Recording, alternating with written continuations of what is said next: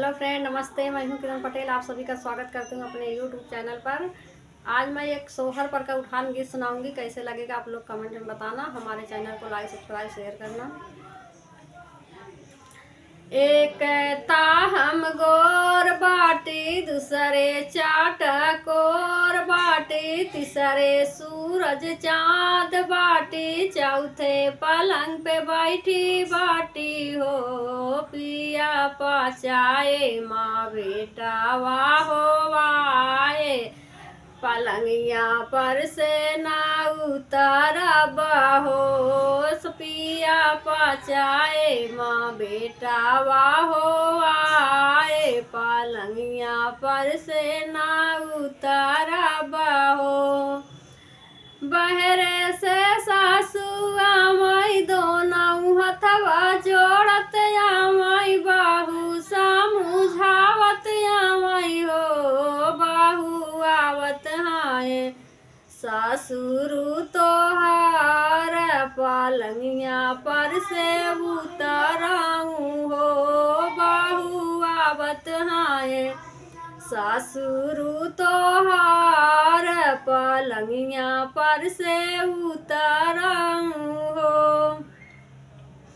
एक ताहम गोर बाटी, दूसरे चाटकोर बाटी, तीसरे सूरज चांद बाटी, चौथे पलंग पे बैठी बाटी हो। सासू पचाए माँ बेटा वाहो वाए, पलंगिया पर से ना उतारा बहो। सासू पचाए माँ बेटा वाहो वाए, पलंगिया पर से ना उतारा बहो।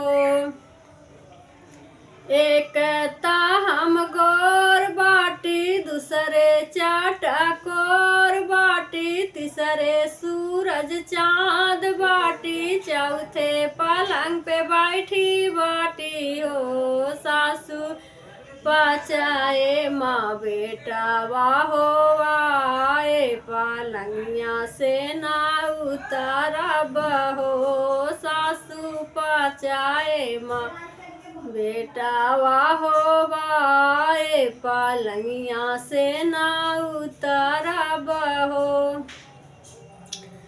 अंगने में से जेठनी आवाई, हथवा गोड़वा पीटत आवाई, देवरन समझावत आवाई हो। देवरन आवत हाय जेठा तोहार, पलंगिया पर से उतराऊं हो। देवरन आवत हाय जेठा तोहार, पलंगिया पर से उतराऊं हो।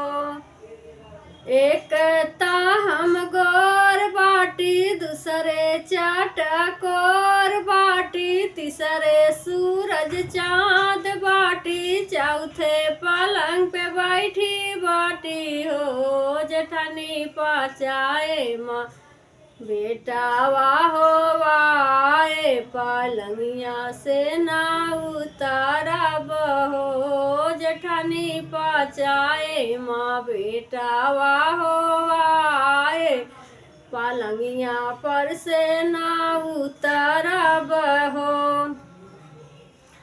सासुरे से ननदी आवाई, दुआरे से नचताई आवाई, दुआरे से नचताई आवाई हो। नन भाभी दैना दे तू सोने का कंगना, माता का जरा लगाई देती हो।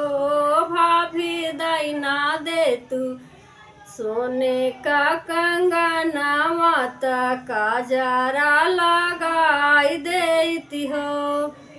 एक ताहम गोर बाटी, दूसरे चाटकोर बाटी, तीसरे सूरज चांद बाटी, चौथे पलंग पे बैठी बाटी हो। ननदी पचाए माँ बेटा वाहो वाए, कंगना वाना दे बाई हो। पचाए माँ बेटा वाहो आए कंगनवा न दे बाई हो। एक ता हम गोर बाटी दूसरे चटकोर बाटी तीसरे सूरज चांद बाटी चौथे पलंग पे बैठी बाटी हो।